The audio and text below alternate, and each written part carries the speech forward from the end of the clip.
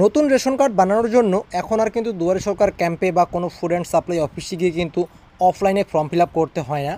অনলাইনে অ্যাপ্লাই করলে খুব দ্রুত কিন্তু রেশন কার্ড অ্যাপ্রুভ হচ্ছে। কিভাবে করবেন?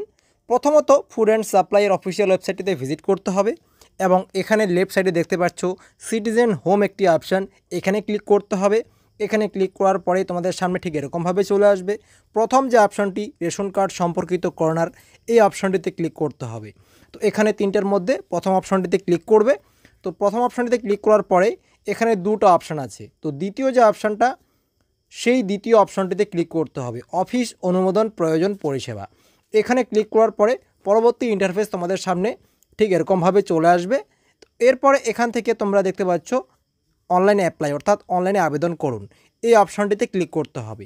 এরপরে এখানে যেই ফ্যামিলিতে নতুন রেশন কার্ড অ্যাপ্লাই করা হবে সেই ফ্যামিলিতে কিন্তু লগ ইন করতে হবে আধার কার্ড নাম্বার দিয়ে, এবং অবশ্যই আধার কার্ডের সঙ্গে যেন মোবাইল নাম্বার লিঙ্ক থাকে। তো এখানে আমি আধার কার্ড নাম্বারটি এন্ট্রি করে দিচ্ছি।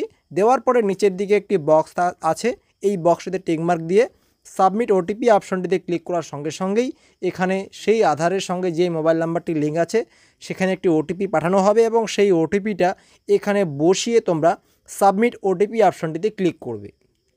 তো আজকে আমি যেটা অ্যাপ্লাই করব সেটা হচ্ছে একটি বাচ্চার রেশন কার্ডের জন্য অ্যাপ্লাই। তো দেখতে পাচ্ছ যখনই আমরা এখানে ওটিপিটা বসিয়ে সাবমিট অপশনটিতে ক্লিক করছি, তো যেই আধার কার্ড নাম্বার ডিটেলস আমি এখানে দিয়েছি তার নামে যে বা তার যে রেশন কার্ডটি আছে তার সেই সমস্ত ডিটেলস কিন্তু এখানে আমাদেরকে দেখিয়ে দিচ্ছে, এবং এই সমস্ত কিছু সঠিক কিনা সেটা অবশ্যই ইয়েস অথবা নোতে কিন্তু অ্যান্সার দিতে হবে। তো যেহেতু আমি যার ডিটেলস দিলাম সেটা সঠিক এসেছে এখানে, তো আমি এখানে ইয়েস অপশানটিতে ক্লিক করে নেক্সট অপশানটিতে ক্লিক করব। এবং এই ফ্যামিলিতে বর্তমানে কতজন বা কতজনের রেশন কার্ড আছে তার ডিটেলস আমরা এখানে ক্লিক করে দেখতে পারবো।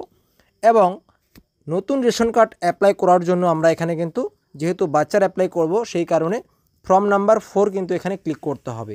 তো এই ফর্ম নাম্বার 4-এর এখানে ক্লিক করুন যে অপশানটি আছে এখানে ক্লিক করতে হবে, এবং এখানে যখনই তোমরা ক্লিক করবে ক্লিক করার সঙ্গে সঙ্গেই তোমাদের সামনে এরকমভাবে ইন্টারফেস আসবে, এবং ডান সাইডের উপরের দিকে এখানে যদি কোনো মোবাইল নাম্বার না থাকে অবশ্যই মোবাইল নাম্বার দিয়ে ভেরিফাই করে নিবে। তো আমি নেক্সট অপশানটিতে ক্লিক করে দিচ্ছি, এবং এই ফ্যামিলিতে যেই সমস্ত রেশন কার্ড অ্যাক্টিভ আছে সেগুলো ওখানে দেখাচ্ছে, এবং নিচের দিকে আমি আরেকবার নেক্সট অপশানটিতে ক্লিক করব। এবং এখানে কিন্তু তোমাদের বাচ্চার যেহেতু রেশন কার্ড অ্যাপ্লাই করবে তো সেক্ষেত্রে বার্থ সার্টিফিকেট অপশানটি চুজ করতে হবে, এবং বার্থ সার্টিফিকেট নাম্বারটি এখানে বসাতে হবে, এবং পাশের ঘরটিতে আরেকবার কনফার্ম করতে হবে বার্থ সার্টিফিকেট নাম্বারটি বসিয়ে। এরপরে ভেরিফাই অপশানটিতে ক্লিক করলে সেই বার্থ সার্টিফিকেটটি যার নামে আছে তার সমস্ত ডিটেলস কিন্তু এখানে চলে আসবে, যেমন তার নাম, তার ডেট অফ বার্থ, এই সমস্ত কিছু। তো অবশ্যই এই ডিটেলসগুলো একবার তোমরা মিলিয়ে নেবে, এবং একটু নিচের দিকে যাওয়ার পরে সিলেক্ট কাস্ট অপশানটিতে ক্লিক করে তার কোন কাস্ট সেই কাস্টটি এখানে চুজ করতে হবে, এবং তার বাবার নাম যদি এখানে সঠিক দেওয়া থাকে তো সেক্ষেত্রে সেটাই রেখে দিবে, যদি ভুল দেওয়া থাকে তো সেক্ষেত্রে তার বাবার নামটি এখানে তোমরা কিন্তু এডিট করে লিখতে পারো। এবং একটু নিচের দিকে যদি কোনো প্রতিবন্ধী থাকে তো সেক্ষেত্রে তার ডিটেলসটা এখানে কিন্তু চুজ করতে হবে, এবং তার সার্টিফিকেট অবশ্যই এখানে কিন্তু আপলোড করতে হবে। তো যেহেতু এখানে যারা আমি অ্যাপ্লাই করছি তার কোনো এখানে কিন্তু ডিসেবিলিটি নেই, তো সেটা আমি চুজ না করে নিচের দিকে কনফার্ম অপশানটিতে ক্লিক করে দিচ্ছি। তো কনফার্ম অপশানটিতে ক্লিক করার সঙ্গে সঙ্গেই তার এখানে কিন্তু ডিটেলস একবার চলে এসেছে, অর্থাৎ যার ডিটেলস আমি এখানে ফিল আপ করলাম বা যার অ্যাপ্লাই করব।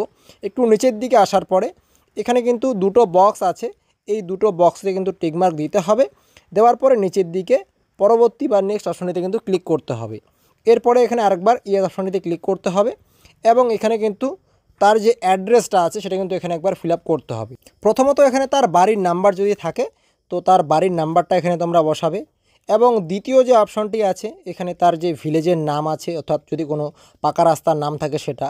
এরপরে তার ডিস্ট্রিক্টে চুজ করতে হবে, এবং সে ব্লকের আন্ডারে বসবাস করছে নাকি পৌরসভার আন্ডারে সেটা কিন্তু ওখানে চুজ করতে হবে, এবং যদি ব্লকের হয় তো সেক্ষেত্রে তার গ্রাম পঞ্চায়েতের নাম এবং ভিলেজ বা ওয়ার্ডের নাম, এবং নিচের দিকে তার পুলিশ স্টেশন, তার পোস্ট অফিস, এই সমস্ত ডিটেলস কিন্তু ফিল আপ করতে হবে।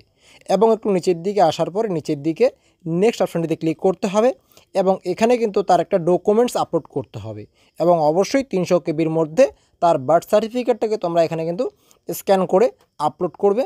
এবং আপলোড করার পরে একটু নিচের দিকে চলে যাবে, এবং দেখতে পাচ্ছ এখানে ফাইনাল সাবমিটের একটা অপশান আছে। তো এই ফাইনাল সাবমিটের অপশানটিতে ক্লিক করলেই তার যে ডকুমেন্টসটা আছে এখানে কিন্তু আপলোড হয়ে যাবে, এবং সঙ্গে সঙ্গেই তার যে অ্যাপ্লিকেশানটা আছে সেটা কিন্তু সাকসেসফুলভাবে সাবমিট হয়ে যাবে। এবং এখানে কিন্তু দেখিয়ে দিয়েছে তার যে স্ট্যাটাসটা আছে সেটা কিন্তু তোমরা চেক করতে পারো আধার কার্ড নাম্বার বা মোবাইল নাম্বার দিয়ে। এবং যখনই তোমাদের এই অ্যাপ্লিকেশানটা কমপ্লিট হয়ে যাবে খুব দ্রুত, অর্থাৎ 3 মাসের মধ্যে, তো 3 মাস কিন্তু এখানে লাগে না, 2 মাস বা 1 মাসের মধ্যেই কিন্তু অ্যাপ্রুভ হয়ে যাচ্ছে বর্তমানে। তো বন্ধুরা, ভিডিওটি ভালো লাগলে অবশ্যই লাইক করবে এবং অবশ্যই ভিডিওটি তোমাদের বন্ধুদের সাথে শেয়ার করে চ্যানেলটিকে সাবস্ক্রাইব করে সঙ্গে থাকবে। Finally thanks for watching.